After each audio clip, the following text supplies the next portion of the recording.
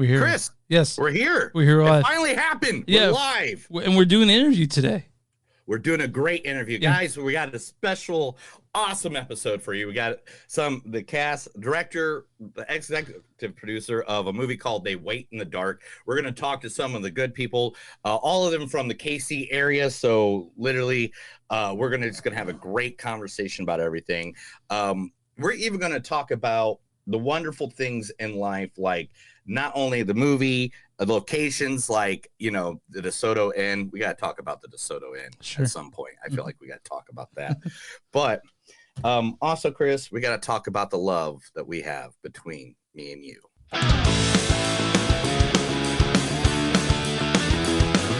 It's a show by Chris and Neil with all great movies. They are the real deal.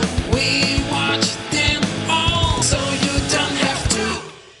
It's movies that don't suck and some that do. Ladies and gentlemen, boys and girls, listeners of all ages, welcome to another episode of Movies That Don't Suck and Some That Do. My name is Neil. I'm Chris. I'm not sure all ages is correct. Maybe 18 and up. I mean, I feel like we're rated R, I think. I think we're rated R. I mean, have you seen the cartoons that are out there today? Come on. We can just give it up to all of it. All right, today, guys, this is our special edition. This is a great episode. We are going to be talking to some of the cast and the creators of They Wait in the Dark. Now, They Wait in the Dark is a movie about Amy, a young woman who's on the run with her son, Adrian, from her abusive ex-girlfriend. When the past rises up to haunt them, they must confront the forces threatening them from both outside and in. So, for further no ado, first, we're going to bring up an accomplished director and writer in the film industry. He has gained recognition for exceptional storytelling abilities and his unique approach to horror and suspense genres. With his film here, They Wait in the Dark, currently available on Amazon, Patrick has captivated audiences with his ability to create intense and gripping narratives. Now, joining Patrick are two talented actors from They Wait in the Dark, McGuire and Meagan Flynn. Sarah's remarkable portrayal of her character in the film showcases her versatility and dedication to her craft, and Megan's exceptional acting skills brings depth and authenticity to her role, leaving a lasting impact on viewers. Together, Patrick, Sarah, and Megan have worked collaboratively to bring The Wait in the Dark to life, crafting a chilling and immersive cinematic experience. Their combined talent and passion for storytelling has resulted in truly unforgettable film that has captured attention and praise of the audience. Now, folks, the cast and crew of They Wait in the Dark. Woo! Yeah! Yeah! Welcome, guys. Thanks for having us. Thanks for coming on. We're very happy to have you guys on. We're thrilled, actually. So, no, again, thanks for having us, guys. Like, guys, we're all out of wind because we've been talking to each other actually for like the last 10 minutes before we even got on air. And also having technical difficulties from. Oh, Chris! Chris always has technical difficulties. It's a thing he's been doing since day one. Come on, dude. I mean, I love him, but Chris, it must run in the family, like brother-in-law, sister-in-law, like, Yeah, maybe. It's just, but we're good. Now, let's get this started by first. Let's go right to writer Pat. The script, man. This movie, They Wait in the Dark, has some twists, it has some turns. I really love like the. We're not gonna spoil it, but there's this great twist in the movie that I just absolutely love. To you, where did the idea or the thought process for this story? Well, I like a haunted house movie at some point in my life. Like Poltergeist is one of my favorite horror movies of all time. And obviously I wanted to make one that I knew was achievable on a small budget. So I wanted to write one where there wasn't a ton of characters and locations. So we wanted to keep it fairly contained. And for me, the biggest problem I have with ghost stories in general is it's like as soon as a chair moves or something like flies off a shelf, I would move or I would at least get out of the house. So for me, it was all about trying to figure out a way to make it believable to the audience that the character has no choice but to stay in this place. obviously she's got somebody chasing her in the story, so she's hiding out with her adopted son. So for me, it was all about like having a real threat that's on the outside of the house, and then having the supernatural threat. And by the time they start to figure out what's happening, it's too late. So that was I was just trying to come up with some new approach, a new vantage point to making a haunted house movie, because everything's been done to some extent. I mean, how many Amityville movies are there? I think they're making a different Amityville every week. So for me, it was just, Yeah, Halloween, what are we at? Like 17 Halloweens now, and like 142 Jasons at this point. So it's all about kind of coming up with something that felt new and fresh, but still falls in that it's satisfying to people who want to watch a haunted house movie, but it also has a psychological thriller aspect to it. So, for me, it was writing something that was new, but also something that was achievable for a limited budget. Sure. Do you mind if I ask how much the budget was? No, it was under 100,000. I mean, okay. Well under. Okay. Well under. So $22. Yeah. So talking about budget really quick though, how much did the DeSoto Inn pay you guys to film there? You did a lot there. That place was amazing. I'm going to go back and film another for a different movie. I'm eventually going to go back to that place because it really was. That was actually the first day of filming that we shot at the DeSoto Inn. So it was great. It had a great look. The owners were really, really easy to work with. I think that's important when you get a location. You got to find the people who are easy to work with, because you're going to be invading their space, and so they let us kind of do what we needed to do to make the scene work, and yeah. And she had great stories. She was like, there was a body in room 8 once. There's a ghost in room 14. Like, I'm not kidding you. Patrick should go back and just like interview the owner. Yeah, you should probably just have a documentary based on the DeSoto Inn. Seriously, it's one of the inns that me and my wife used to drive past all the time. That would be like, man, someday we gotta get a room there. We gotta get a room there. Please don't, because we like them. So this is the best of the. So I want to say all the acting in this movie is top notch. Nothing feels forced. Everything feels authentic. So how did you guys present yourself in the mindset of your characters? All right, Sarah, go for it. Go for it, Sarah. Oh God, how did I put myself in the mindset of my character? Yeah, definitely. Just so my favorite thing with every film is like, oh, this is a horror movie. Don't approach it like you're in a horror movie. Perfect. Like don't approach it like you're in a comedy, because it's gonna seem like a little like over dramatic and like a little farcical and like silly. But so the mindset of Amy was pretty much just like kind of like honestly like essentially going through like the day-to-day things. And like with this film, I was super, super happy. We didn't film everything chronologically, but we were able to film things pseudo chronologically to where it was still like really, really helpful for me as an actor to be able to be like, all right, so cool. Here's my mindset for this scene. Here's my mindset for this scene. But also without being able to like kind of like bury the lead like too much and be like, well, here's how the film ends. Like, right.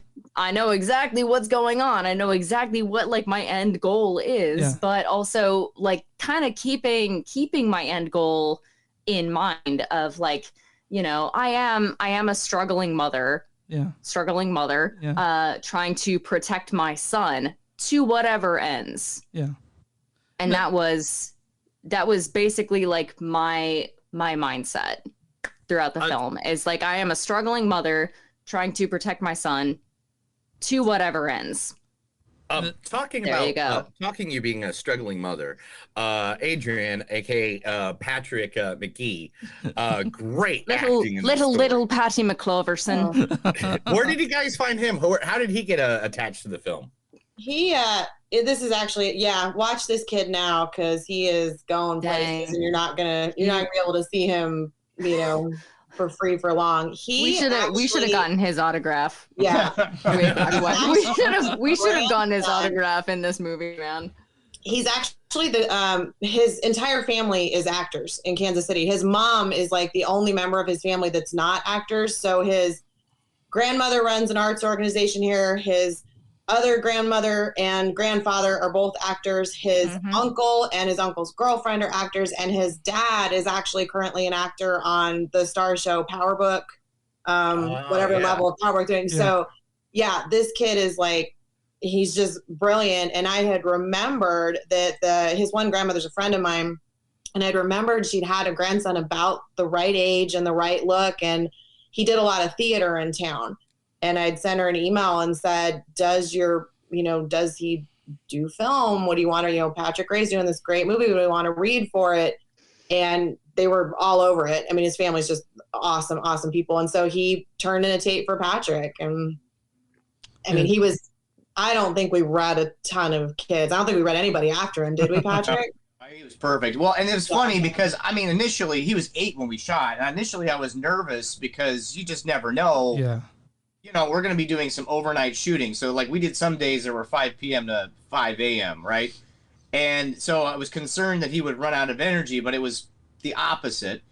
I mean, by 3 a.m., he was running circles around the crew. Like, he had so much energy, and we were all like, we need more caffeine. Yeah. Such a pro. So with Casey being a pretty vibrant filmmaking community, what was actually the most difficult part of making this movie? I mean, there are a number of things that can happen. Like, for one, you can't control the weather. Yeah. I mean, whatever filmmaker finally creates a device that controls the weather will be the most powerful filmmaker of all time. Because it's like, there was a day where we had to shoot, and it was like 103 in the shade, and it was an unpleasant part of the shoot because we had to do some stuff with it. We had a stunt weapon and all that stuff, so we were already very, very nervous. And that was a very challenging day. I mean, obviously, had ticks dropping, like those little mini micro ticks dropping from trees right above us. Yeah. I'd be out. It was horrible. I'd be out. But Megan came in clutch, and she's just like, where do you need me to spray? I got all the bug spray. I got all the bug spray. We had ticks. We had I kid you not, the basement that we were filming in, we found this 5-foot-long shedded snake skin. Oh, that's right. I forgot about that. I lost my goddamn mind. It's the snake skin. So where's the rest of the snake? Where's the snake? I don't know where the snake. Where's the snake? And you already got that pentagram down there with the candles. I'm guessing is that the basement you're talking about? Yes. So so that with the snake skins and it's like the 7 plagues came back. We should have incorporated the snake skin into the pentagram. Oh. And the more people that bring that up in these interviews, in these podcasts, we should have brought up that snake skin and just incorporated it. Oh, so we had exclusive. So yeah. So did you guys actually light all the candles all around the pentagram? We did for the wide shot, and then we had to kind of figure out, because the problem was Patrick McGee's hands were so small that he couldn't light the lighter in the close-up. So we had to use the cameraman's hand in the close-up. You cannot tell. But you look really closely, it's clearly not an 8-year-old's hand. Was it Laron's? No, it was Hanu's hand.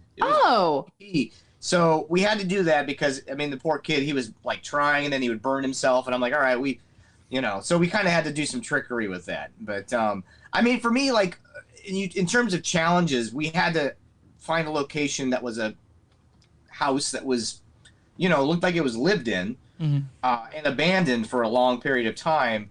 And whenever you're trying to find a house location, you either have to find a house that looks like that where people are living in there currently, and then you have to offer them a hotel for X amount of days that you're going to be filming in there, or you have to find a house that's empty and then furnish it to make it look like it was abandoned and has a bunch of stuff in there, cobwebs and stuff. But we were able to hit the jackpot, and we found a house that looked perfect, hadn't been really touched in a decade. The big problem was it was in Topeka, which is a good hour and 15 minutes from Kansas City. So we had to shoot several days in Kansas City and then, move the crew to Topeka and stay in a hotel. I mean, that was kind of that was the only option that we really had. So those are the kind of things that you have to kind of deal with. When was it filmed? Like what time of year? Was it 2019, 2020? June of 20. Exactly 2 years ago about. Yeah, June of 21. Oh, so you guys, it was a mid-pandemic sort of thing.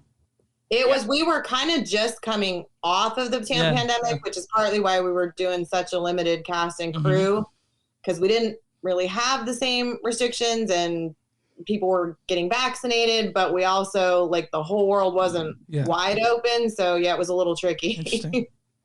Now, go ahead. Now, I want to jump in a different direction real quick because I am really I am a horror movie fan. I love anything gory and I love special effects and stuff like that. And some of the special effects, I got some stills here that are just ridiculous on the makeup job and with the artwork on the fingers and even the nails if you zoomed in on them and stuff like that, just very realistic looking. Who did you have helping you in the special effects department here? Jake Jackson.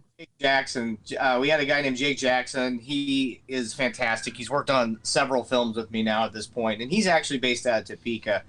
And it was tricky because we had to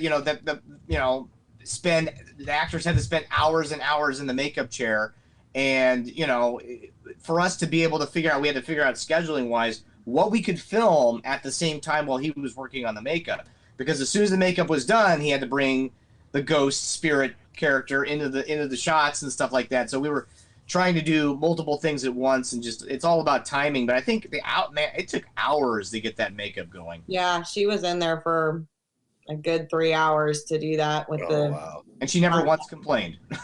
No, she's amazing. She's so gracious and talented and lovely. Well, and there was slight overlap because she would come in, start getting her makeup on, and then I would show up, see her with half of her face makeup on, and just be like, "Hey, Toby, babe, how's it going, love?" And give her hugs and be all because Toby and I we know each other super, super well.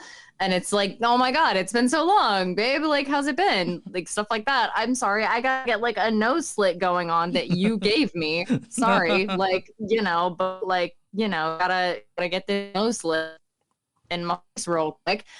Jake would take 15 minutes to apply that and just be all right, get out of here. Gotta continue getting her makeup put on real quick. And, then we would just part ways, and then I wouldn't see her until we were filming. So. Well, we had one night where we had to do a gunshot in the movie, a squib, and Jake had to do the blood squirting from that. Oh God. I mean, it was so he had assistants on those big days. He brought in an assistant to help him get the makeup applied, because it's just one of those things where we just had to get it all done in one day, that specific part. So it was tricky, but we saved a lot of that towards the end. I mean, for the most part, Sarah's right. The movie was sort of shot in chronological order. I mean, there's a few things at the beginning that moved around, like the diner scene was day 3.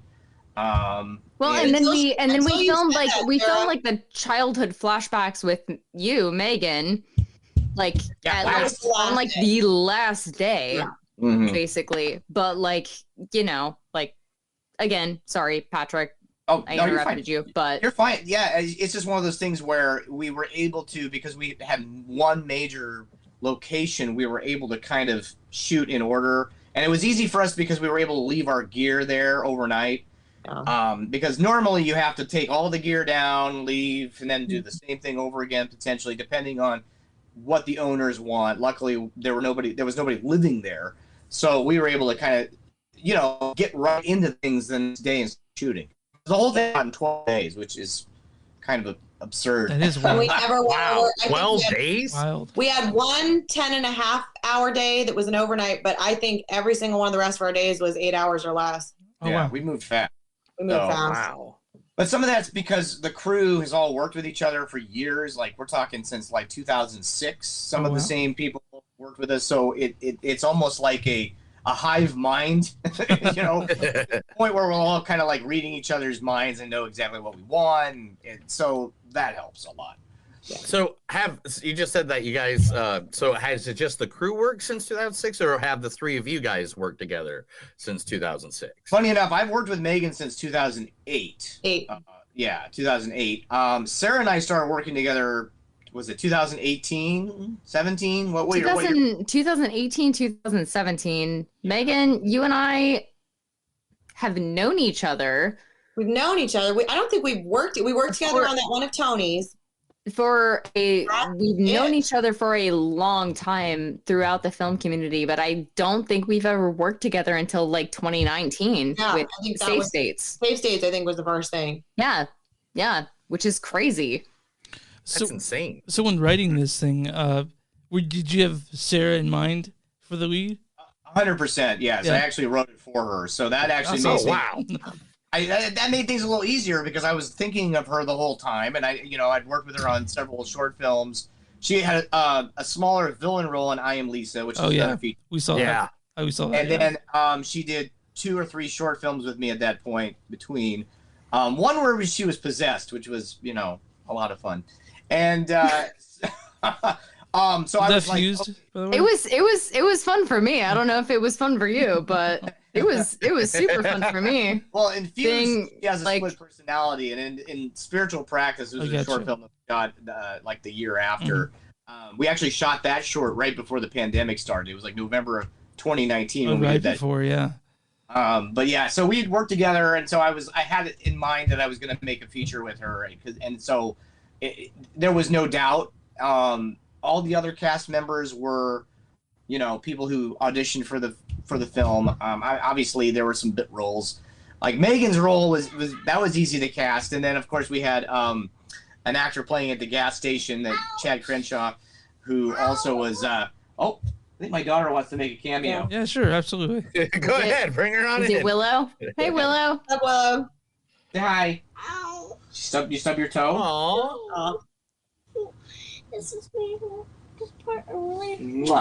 Oh no. Well, Paige was an interesting story though, because that was the role of Jenny, the best friend. Yeah. That was the one that we couldn't find the right person for. Like we just couldn't find anybody. Like there's a lot of actresses that gave wonderful reads, but nobody that it was like, oh yeah, that's Jenny. And her agent had posted like on their Facebook page, on their agency Facebook page, some like, I think it was really like it was a bank commercial or a toothpaste commercial or something that she was in. And this girl was just like radiant in this commercial. And I asked Patrick, I'm like, well, you must know her, right? Like, who's this? I had no idea. And we're like, and he's like, no, I've never seen her before either. And it was like, well, surely she does all kinds of things. I wonder if she's local. Like, we didn't know who she was. And we just assumed she'd done like a million things.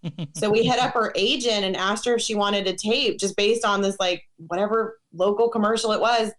And she'd never done a film before. I mean, she'd been doing like print ads and commercials. This is her first film role. And she was like, her audition, it was like, boom. Yeah. Like she was Jenny. Like we were just like, oh my gosh, there she is. But I'm like, geez Louise, if we hadn't like actors thank your agents and their social media, because we never would have found her if her agent hadn't been posting like, here's my actor's recent work. And yeah, she was really good. I really love the introduction of her in the diner. I thought it was awesome, especially since I know that diner. I've had their country fried steak. That diner is 10 minutes from my house. And so it was one of those things where during the pandemic, most of the diners in town were like saying no to film production in general. Like they were just like, no way. Right. So I went over there and introduced myself, and then I just kept coming back to eat, and then I would bring my kids. And so by the time I was like, the great thing about having kids that are cute, you bring them to a location, and I'm like, you can't say no to me, because if you say no to me, you're also saying no to my kids. So they I know it's a little, but it's a tactic I use sometimes. But anyway, they were great. They were fantastic to work with. Florence Pugh would say, you cheeky man, Patrick Ray, you cheeky boy.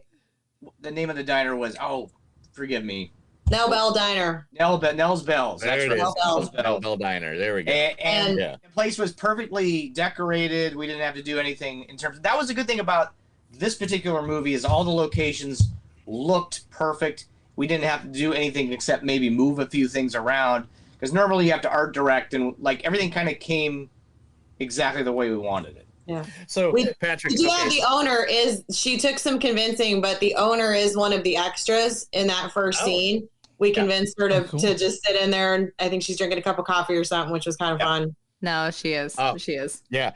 So I said this to Chris after I got done watching the movie, and he's like, dude, nobody else is going to know that. And I was like, okay. Well, I go, man, DeSoto Inn and Ells Bells, that's a 12 and a half hour walk if you're walking that. And I feel so sorry. That kid should have been like dead on the street. we tried to make it look like it was like close. That was creative geography. I know. Yeah, I know. I think it'd be more than 12 hours, probably. I don't know. That's a long walk. I googled it. Also, we googled it after I argued. Hence the fact that we're like leaving the DeSoto Inn when it's like sunrise. That's true. And entering. Yeah. Oh, it was sunfall. Okay, yeah, I thought it was the same sun. There, see, there you go. There you go. Fucking Neil. I know. Hey, stop. I can't perceive everything. After leaving a gas station in Leavenworth, you were just hoofing it all over the Tri-County area. That scene at the gas station in Leavenworth was fun to shoot because, I mean, we're an independent film, so we couldn't afford to like say, hey, close your gas station down for our movie. So we had to film while the gas station was open. Which worked for a while. Luckily, it worked while we were filming on the inside because there wasn't a huge amount of people coming in. It was a weeknight, but as soon as we started filming outside, oh man, people started, spreading the work, and they started pulling into the pumps, and then they were all filming us with their iPhones, and finally, I had to say, look, here's the deal, because, if the shot is on Lori, who's playing Judith, and I can see that pump behind her, the same car has to be back there. Yeah. And I was running into a situation where one car would leave and then another car would come. And I'm like, you guys just stay there, chill out, watch this film, but just keep your car there. Because if take two if I use like the front of take two and then the last part of take three, and there's a different car in the background, then people are going to. And please stop TikTok. Like we had to ask people, like, you can take TikTok videos just when they say action, put down your smartphone, because we literally had people in the background like TikToking and Snapchatting themselves. If you had the different car, it'd be the goofs on IMDb. Yeah, exactly. I don't want to be on those. Yeah, exactly. Now, Meagan, when I was looking up information about you, I noticed you're originally from Montana. Is that correct? Yes, correct. Yep. So when did you get to the Kansas City area? I actually grew up there in Montana and went to college at Gonzaga in Washington and lived in Seattle and then moved to LA. And so I was living in LA. My husband is from the Kansas City area. So it was when we were kind of making the decision about, like, do we want to base and put roots down in LA or in Kansas City? And we wanted to have kids. So we kind of liked the idea of raising kids out here in the Midwest. And as I tell everybody, I'm like, my first mortgage here was the same as my one bedroom in West Hollywood. Jesus Christ. My mortgage here in Tulsa is literally $200 less than what I paid. Oh my gosh. So like you just can't beat the affordability of Kansas City. So yeah. So I'm guessing for all the roles I've seen you that you've been a part of and stuff like that, you've probably had to travel for some of those roles and stuff like that. So you've probably filmed in a lot of different locations. So what is your favorite place to probably film at, and why is it Tulsa, Oklahoma? Well, I work as both. Hey, I was just in Oklahoma City last year for Tulsa King. So yeah, I know I saw it out here. Great experience with your Oklahoma film community. Amazing. It was such a great week. As an actor, my preferences are different than as a producer. As a producer, I love filming in Kansas City. I mean, people are still excited about film here. Like Patrick said, when you go to locations, people are pumped about it and people want to help you out and people get excited to be in film and the crew just really collaborates and people have a flexibility here. And the talent level is the same for cast and crew here as it is anywhere in the country. So as a producer, I absolutely love filming locally. So I want to congratulate you guys on 100% Rotten Tomatoes. That's awesome, by the way. Whew, okay. I every now and then I just go and I look and I'm like, is it still okay? Good, it's still there. It's still. Yeah, no, we've been fortunate. We got a good review from the New York Times, and so that was very, very helpful. I saw that. I was stoked for you guys. And it's one of those movies where I'm hoping word of mouth keeps carrying it because it does have a very, I think, unique perspective and a different take on the haunted house movie. So I'm hoping that people continue to watch and word gets out because that's how these movies continue to be successful is word of mouth. We don't have the Marvel marketing budget, so. Oh man, really? Who would have thought? Well, I mean, look at a movie like Terrifier 2, which is a completely different kind of horror. Yeah. But that movie was built off of word of mouth, or what I'm saying? Like they didn't spend a lot of marketing because they had viral marketing. So for me, like what you guys are doing, having us on and us talking about the film is so helpful. Oh, no problem. People interested in the movie, and I always tell people once your movie is out, your work isn't done. You have to keep promoting the movie and getting it out there in front of people. Yeah. Otherwise, there's so much content now.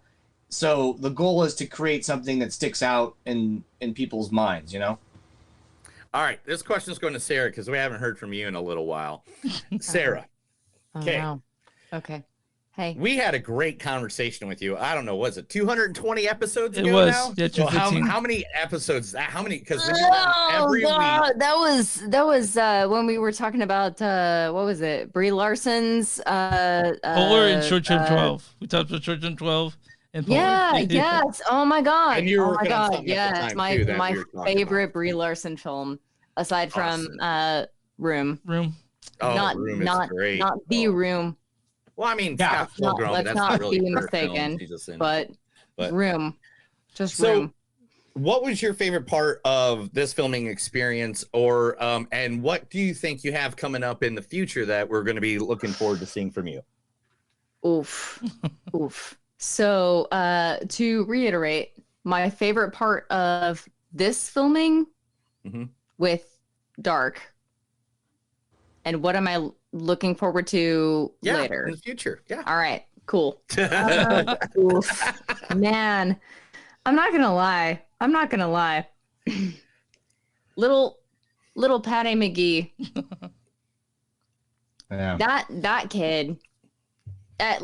He gave me the best, but also the worst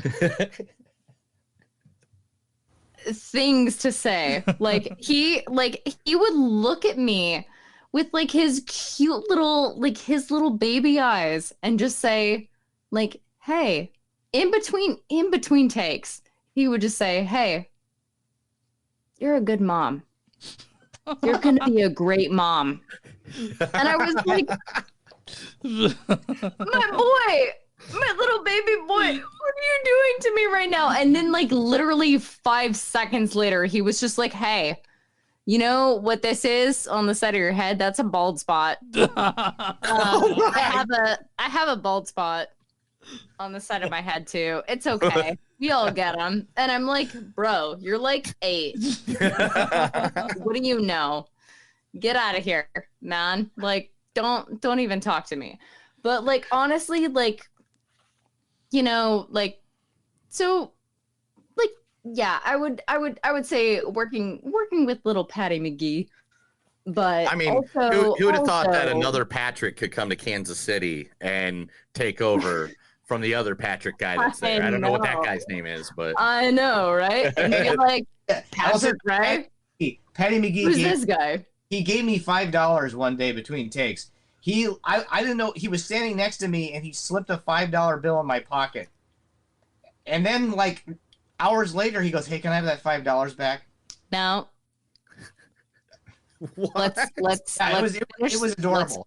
Let's finish the story with that, because he did that with almost every other cast and crew member, because he would go over to every single person and be like, "Hey, man, I got $5 here. Let me slip it into your pocket real quick. And then he would like wait 5 minutes and be like, you still got that $5, and snatch it back out of your pocket. What the heck? And it's like, I can't in good conscience keep it. Yeah. Like Megan, did he do that to you? He never did to me, but I love that we had to have Big Patrick and Little Patrick on set. It's all very Big Patrick. So like Little Patrick's going to be like 35 winning an Oscar, and we're all going to still be calling him Little Patrick. I will always be calling him like Little Patrick McGloverson, because he hated that. Because it's just like Little Patty McGee, Little Patty McCloverson, and like just like the most Irish of Irish names. And he was just like, stop calling me that. And I'm just like, oh, but I gotta be your mom. I gotta patronize you a little bit longer. Like, you know what? Like, if you're at the Oscars, you need to yell that at him. He also treated me like his mom numerous times. And he's just like, hey, you're cute. Or, hey, you know what? Your booty's sagging out of your shorts today. And I'm like, bro, why are you looking at that? Stop. Like, what is wrong with you? Like, oh, that's no, he has no filter. And it was. I hope he never does. He's so fantastic. Awesome. He was the best to work with. So the way set. it sounds is that, you know, Patricks are just taking over Kansas City. Ever since I moved away, anybody with the name Patrick is just taking over Kansas City. Yeah, Neil, you missed out. I know, I missed all the Patricks. You should change your name. Oh yeah, no, because my sister's name is Patricia, which is the female version of Patrick. Oh, no, well, there you go. Way I'm doing that. So sounds like your sister lucked out. Yeah, she was in Notre Dame area. She's never going to be there. So also, a lot of people that listen to our podcast are usually up and coming filmmakers, actors, actresses, and stuff like that. We have some great conversations with great local people in different cities across the United States. Can you guys share how you guys got into what you're doing today? Like, let's start with you, Patrick. How did you start becoming like a writer, director? Because you have like, I can't even, on your IMDb, it says like, what, 83 under your belt at this point? And I've never counted. I've never counted. 74. Some of that stuff goes back to college. Like, you know, okay, so I grew up in Nebraska, small town. And, you know, you were born in 1980, so it was, you know, there was a lot of playing outside or going to the movies. And so, you know, we grew up with Jaws and Star Wars and Indiana Jones and those movies and stuff. So for me, that was kind of like what got me excited about making movies. When I was in high school is when I really got the bug, because for some reason my high school had its own channel that went to everybody who had cable in town. Dope. And so I was put in charge, which might have been a mistake, but it was fun. I mean, it was made to film like high school football and high school basketball games and stuff like that. But I ended up making these really, really weird movies, and then I would play them on loop all day. And then so that's kind of what got me into it. But then I ended up going to college at the University of Kansas, and I stuck around Lawrence for 10 years. I ended up working for a TV studio there, and then they started kind of getting involved with I was making a lot of short films and playing them at film festivals and such. And then I made a movie called Nailbiter, which we started filming in, I think, 2009, and it didn't get released till 2013. It's always that first movie that takes forever to make. Right. And we just met a director that his first movie literally took 8 years. Yeah. I believe it. Yeah. And so that's why I always tell people don't get frustrated, don't quit, because it's supposed to. The first one especially, it just for some reason takes that long. And so I just keep doing it. And I made a film when we filmed it. It was called Enclosure, and it had Fiona Dourif, who's Brad Dourif's daughter, and it had Jake Busey.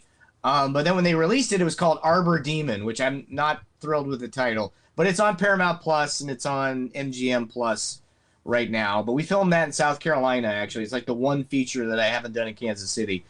And then I just kept working and making stuff. Did I Am Lisa, which was shot mostly in the North Kansas City area, and then we did this movie. So you also didn't mention Nailbiter.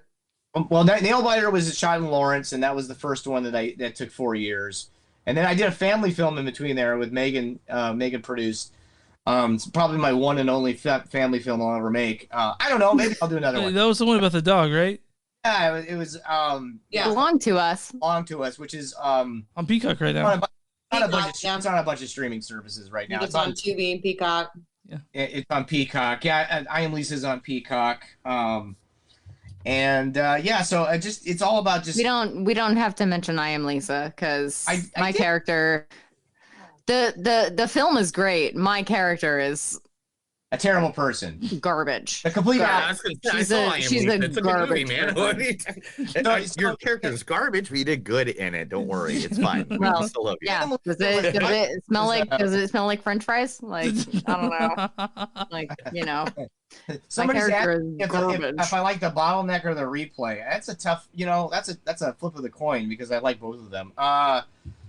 I would have to say probably replay over bottleneck. Somebody's asking me what bar on Mastery I like better. But yeah, so I Am Lisa was interesting because we shot that all of 2019. We shot, well, not all of it, but the summer of 2019, and then we were able to release it in 2020 and 2021 when there was kind of a lull in product because of the pandemic. So we were able to get the Redbox kiosks with that movie.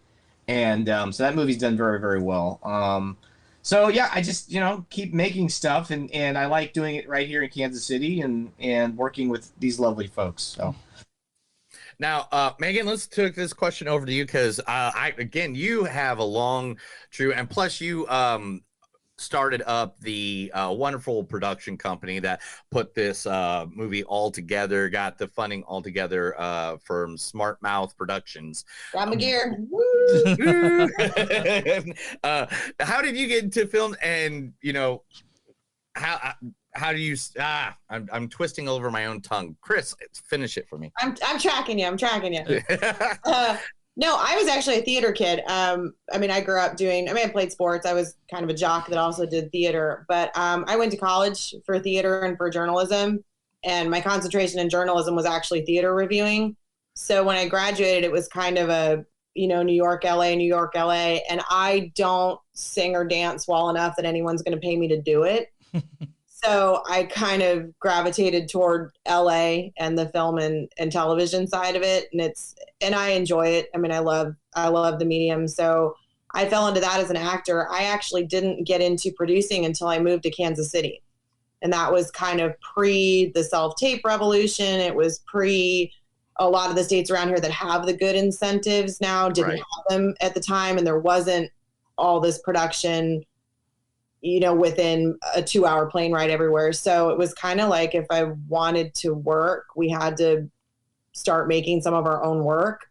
And I, started teaming up with some other actresses and just producing a web series and short films and that kind of stuff. And then the producings kind of just kept coming. Like I said, I helped with the family film that Patrick directed. And so this is the first entire feature that my production company is 100% done on its own. We've done a lot of shorts and a lot of web series and commercial corporate stuff. But yeah, so we wanted to do a full feature with Smart Mouth. So, Sarah, how did you get into acting, and how? We've seen you on the stage, so I know you do stage work. You did the one with the lady with the axe. What was Lizzie Borden? Lizzie Borden. I remember you were in that one. Lizzie Borden. Yeah. I remember seeing that one. So I was not Lizzie.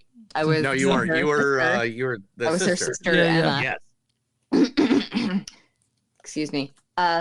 My full name is Emma L. Borden. The L is for Lenora. Oh man, that's like my last stage performance. And really? Honestly, like the funnest, because honestly, low key, like Can I curse on this podcast? Fuck yeah. Fuck you. Yeah. Oh my god. All right, cool. I got to say what the fuck 32 times in a song. In a song. I got to say what the fuck now, Lizzie. Yeah, it's like Chris Pratt in Guardians of the Galaxy. You got to say the F-bomb, like, and it was Fred Durst. So it was so like if I did not get cast as Lizzie, I was like, I better fucking be cast as her sister Emma, so I can say what the fuck now, Lizzie, in this song. And I got cast as Emma, and I was like, cool, great, fantastic. So my story as far as acting goes, way back into the ether. Anyway, in you're the high youngest school, person on the podcast right now. You know that, right? you're like way back in the time, and you're the youngest person right now in this whole conversation. You guys can just be like a little bit nicer to me. just like let me have this moment and be like, and way back into my ether, into my decade, just a little bit. Okay. But anyway, yeah, I had no inclination or like aspiration to act at all until I was like maybe like 20. But unfortunately, I was like put into a like an acting class in high school, ironically, when I was like 17. And then I was like, oh crap, like schedule mishap completely. And I was like, oh, this is like, I'm like sweeping the floors in a production of Annie as like maid number 37. But I like see the audience when like the curtains open, and I was like scrubbing the floors, and I was like, oh, what is this magnificence? Oh my goodness, this is amazing. And like I told my parents, I was like, yeah, so I think I want to go to school for like theater or like musical theater. And my parents were like, okay, sure. We'll support you and we love you, but like it's not gonna be sustainable for like your life. And you know, same goes for today. But anywho, yeah, so got a BFA in musical theater. Have done very minimal with musical theater, but have done a lot with film. Now, Chris, go ahead and if that makes any sense. It makes perfect sense. Chris, I think it's time for you to ask that question that I hate more than anything in the entire world. It's a question we ask everyone. Every podcast is the hardest question. I'm going to start with Patrick. What is your favorite movie? Probably, man, it's probably Raiders of the Lost Ark, but like, because I love that answer. Oh, high five. Can't think I would. It's one of those things where you're like, you watch it, like, what would you change? Nothing. You know, what would you change? Nothing, right? But I mean, Empire Strikes Back. It's like they kind of joust in terms of one's my favorite. I'm a big Star Wars nerd. Meagan knows this. Everyone knows this. But I think Raiders is like a perfect movie. I think there's nothing like you would change in it. So are you scared to see Dial of Destiny then? Am I scared to see it? Yeah. Or excited to see it? I'm a little both. I want to see it. I thought as long as it doesn't got aliens, I'm all down for I think it's going to be just fine, guys. I think it's going to be fun, and will it be as good as the original movies? Probably not, but it'll be just fine. The problem is that the way movies are made now is way different than the way they were made, you know, the way they made the original movies. So because of that, I mean, this one's shot on digital. I think this is the first one that they've ever done, like actually shot on digital. So there's always going to be a visual thing about it that seems different from movies. Anyway, I've talked long enough. Meagan? Godfather. Oh, good answer. Good answer. One and two collectively. Okay. Oh yeah. But yep, hands down, it's just great. That was like the most fun ever when my kids were finally old enough. I'm like, and we're ready. The time has come. All right, sir. I'm so sorry. It's a hard question. I know. I don't know. It literally depends on the week. Yeah, it does. Is that not like the Okay, same for how about Meagan, Patrick, Neil, Chris? Is that not like the same for you guys? It's true for like, me. It's true for me. I promise. I see. This is why I hate this question, because me, like, literally at one point I lived above a one-screen movie theater when I was a teenager. I literally was the general manager of a Blockbuster in the 90s. I at one point I owned over 4,000 DVDs, over 6,000 VHS cassettes. I've seen so much cinema that it's like, how can I choose what my favorite movie is? It's like one movie. And like now people train, like, you know, if you were to ask question in the 90s, you know it'd be what? a lot easier. You know what? I have an answer. I'm ready for it. Oh, what's the answer? You ready? Yeah, we're ready. Mm-hmm. Pop some knuckles. I don't have knuckles to pop. But there you go. Fantastic Mr. Fox. Oh, great one. Great. Wes Anderson, yeah. That is a good one. I haven't even thought of that one. I might want to watch that tonight. All right, cool. That's a great answer. There you go. It's like give me some kind of. I don't have any. He's just different. Where's your sound bits, Mr. Producer Man? Sorry, you are. I was going to, but I didn't want to be grounded. I didn't want to be too morning radio, so I didn't have footage for this. That's fantastic, Mr. Fox. Like, it's fantastic. It's like it is fantastic. It's fantastic. It's for Wes Anderson parodying himself. So, like it's just so good. It's so good. It's so good. It is. Like, I haven't seen it in quite a while. That's you a George can't one. You can't be mad at it. I'm not like mad. It's so like, and even if you get mad at it, then it's like staring you straight in the face and being like, drinking like grape juice and being like, "You mad, bro?"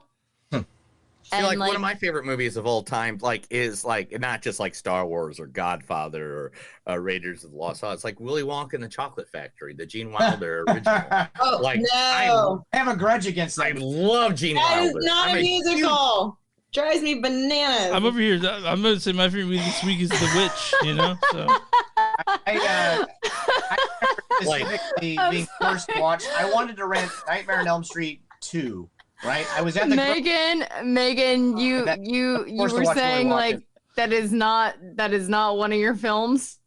No, it drives me bananas. It drives my oldest son bananas too because it doesn't follow the book. Thank you so much. Thank you so much.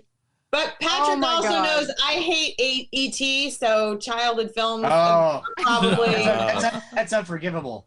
Yeah, Patrick knows. I think I have. Where's Willy Wonka? Right there. There he is. Yeah. There's Willy Wonka right behind me. I mean, E.T. is one of those movies with our childhood where it's like it either you love it or it scared the crap out of you. Like, that scared Sarah's wife. Warren, terrified. No, it scared.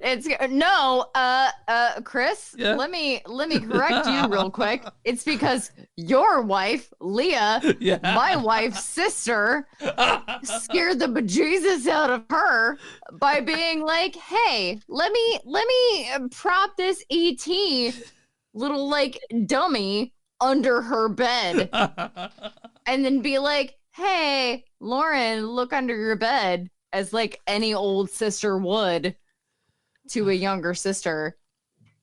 Yeah.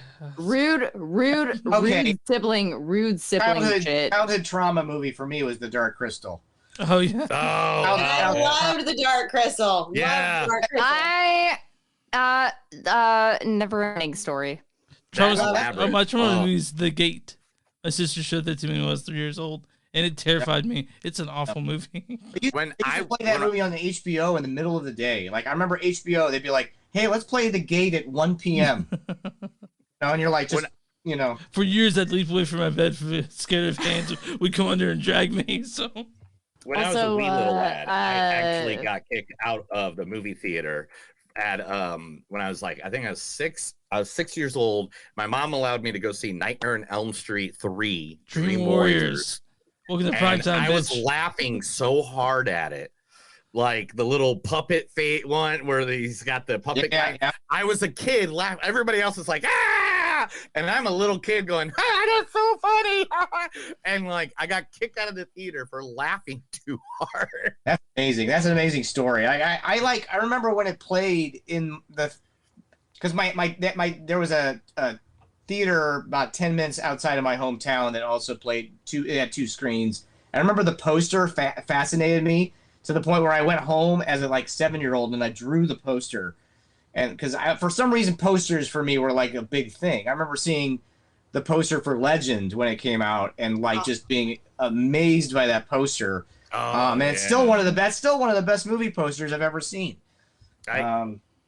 When I go to Halloween parties or stuff like that, and I see people that actually do the Prince Darkness setup, where they have the horns and they're walking around like that, I'm like, 1, amazing. 2, headache. You're gonna have a headache by the end of the night. I know you are. I would like to know how much the horns weighed. I think they were looked like they were heavy, but they were actually pretty.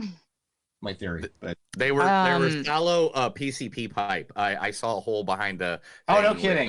With Tim on Curry. That. Tim Curry. Where do you know your Tim Curry from? Yeah, everywhere. I love Tim Curry. For us, it's either Legend or It. And then for Clue. I was a huge yes, Clue. Megan, Clue. Or Home Alone 2. He was in that too. Or wait. Rocky Horror. Yeah. Or Treasure Planet.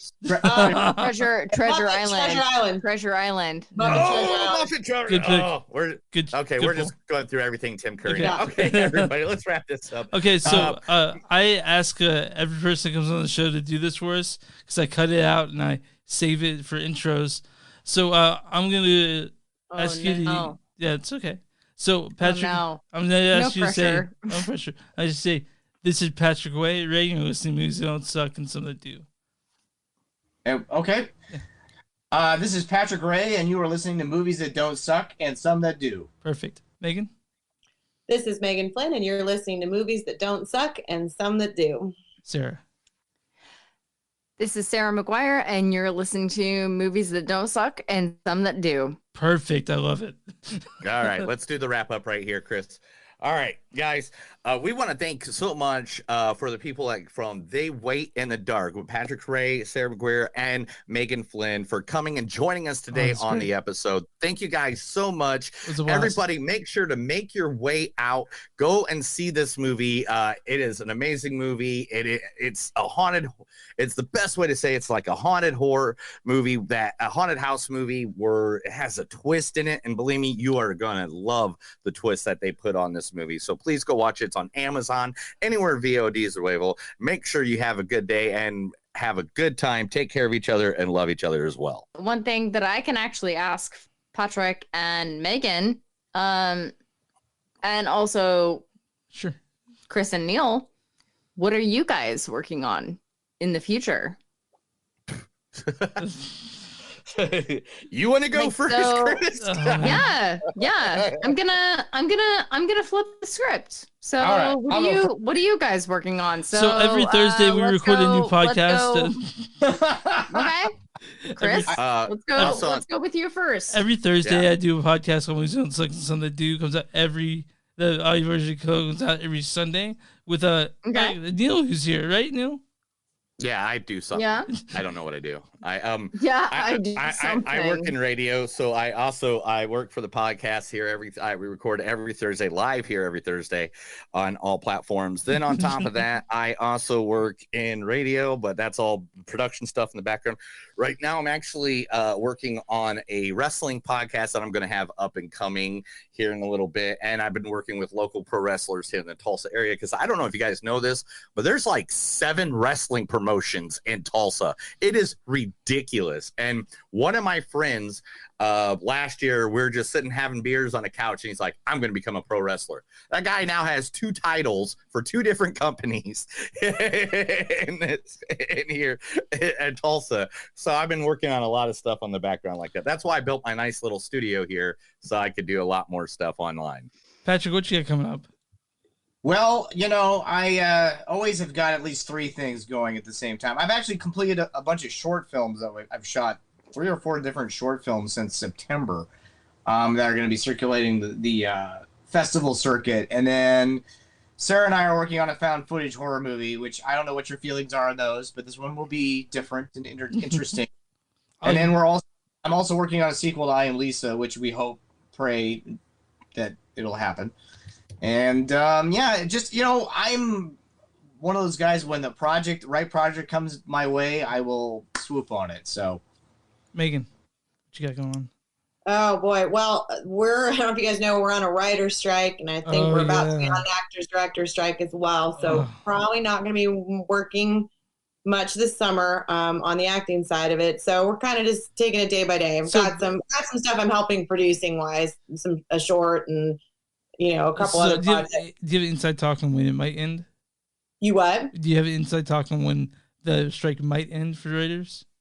I don't know. We might be buckled in for a bit, and rightfully so. I hope the writers and actors, I hope we get everything we're asking for. So I think it's the right thing to do. Support your folks on strike. Oh yeah, for sure. Without deep diving too much into my own personal thoughts about it, hey man, if you made the stuff, you should get paid for the stuff. It doesn't matter if it doesn't matter if you're a writer, it doesn't matter if you built a car for someone, doesn't matter what you did. If you did the work, you need to get paid for the work.